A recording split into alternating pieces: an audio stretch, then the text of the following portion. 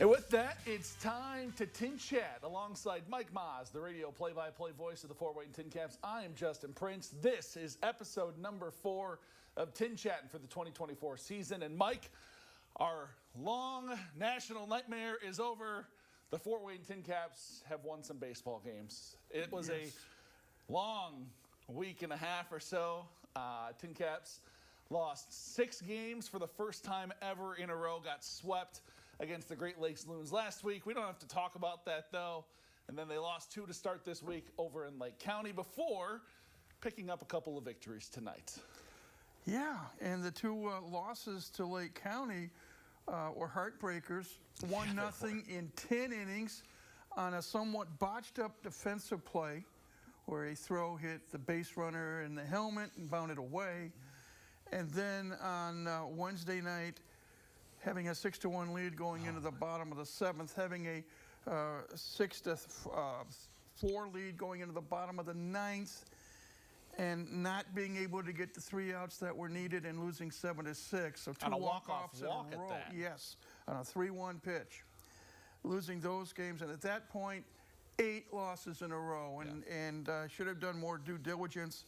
It's been a while, but 8 in a row is not the record for most consecutive losses in franchise history. You know what? We'll take it. It's not a record. That's all we care about. It's not a record. And then come Thursday night, and which is tonight as we're taping this. But the teams made up the game that was lost in Fort Wayne when the Captains were in town, which is why it's a 7-game series over in East Lake, Ohio this week. And after losing the 2 heartbreakers, you just didn't know what to expect. And boy, Mike, did we get one heck of a couple of games from the Fort Wayne TinCaps. First off, let's talk about game 1 today, because that was really the gold medal, the standard game, if you want to call it that. Miguel Cienfeugos, Mike, with an absolute gem of a ball game in his 2nd year here in Fort Wayne now. You've seen the growth he's had, but Mike, 7 innings. Obviously, it's only a 7-inning game, so a complete game shutout. Only allows 2 hits, retires the final 19 batters he faces, punches out 5, and throws the TinCaps' first complete game shutout in almost 5 years. What a performance. Yeah. One of my colleagues, Jack Gordon, and I had a chance to speak with Miguel on the day of his last start at home. Yeah. And what a young man. He's very well versed. Yes, he is. He knows what's in front of him. He's the oldest pitcher on the TinCap roster at 27. He'll be 28 before the summer is over. But he's realistic to know he took a year off. Yeah, he did. Because he was burned out of baseball. And then he got the itch back. And he knows that the odds are against him perhaps making it all the way to San Diego. But he's not going down with a fight. Like this, Mike. Yeah, and in the game you mentioned, he gave up a leadoff single, infield single in the 1st inning, and then there were 2 back-to-back fielder's choice plays, and then a 2-out infield single, and that was it. And then 19 in a row. Yeah. No walks, 5 punch-outs, and just totally dominated. And he was the benefactor of a little bit of offense. Just enough. Just enough to get the win.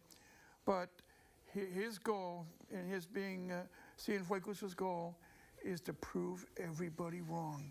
And I tell you what, you keep pitching like this, Mike, and it's going to be hard not to see yourself advance up. It doesn't matter what age you are. And Mike, we've obviously seen a lot of very good pitchers come through this ballpark, and we're going to turn the clock back here a little bit now. You know, we've celebrated some of the best 15 players to come through Parkview Field that played for the Fort Wayne TinCaps. Obviously, we've already seen Fernando Tatis, guys like that.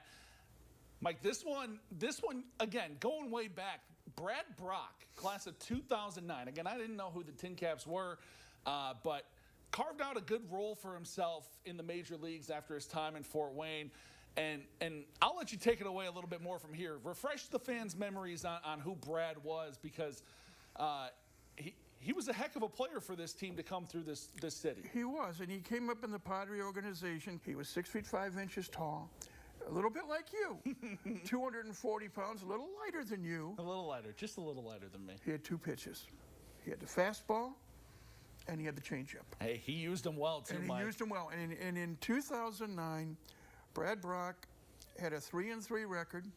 He had a 1.27 ERA, 82 2/3 innings of work, 33 saves. That's unreal for this level of baseball. 33 saves for a team that won 94 games in the regular season. That is a lot. And in 2009, he faced 235 batters. Wow. He struck out 82 of those 235 batters. He pitched 62 2/3 innings. And look at the numbers. I mean, 33 saves, a 1.27 ERA, 82 strikeouts and 62 2/3 innings. Wow. But he will always be remembered in Fort Wayne for slamming the door shut on opponents, and especially the Burlington Bees, to win the Midwest League Championship in 2009. Yeah, and speaking of Brad Brock, he is our latest of our top 15 players to come through Parkview Field. Here's John Nolan looking back. In Fort Wayne's 30-season franchise history, the team has one Midwest League title. That came in 2009, the first year of Parkview Field and the TinCaps. And Brad Brock was on the mound for the final out. Brock wasn't just an all-star. MILB.com also named him the Single-A Reliever of the Year. He set a TinCaps record with 33 saves. That's 11 more than anyone else who's ever worn the apple. He had a minuscule 1.27 ERA, lowest ever for a Caps pitcher with at least 60 innings. Just a couple years later, he was called up by the Padres. Brock spent 11 seasons in the show, including 2016, when he was an American League All-Star with the Orioles. From the 260 to the show, Brad Brock is a TinCaps legend. All right, pretty cool to look back and see, such a memorable part of a very memorable team. And Mike, his success was not limited to his time here in Fort Wayne. No. You and I were talking, has carved out a pretty good role for himself in the major leagues since that time, too. He's pitched for 6 different teams, most notably the Baltimore Orioles. He was an all-star with them.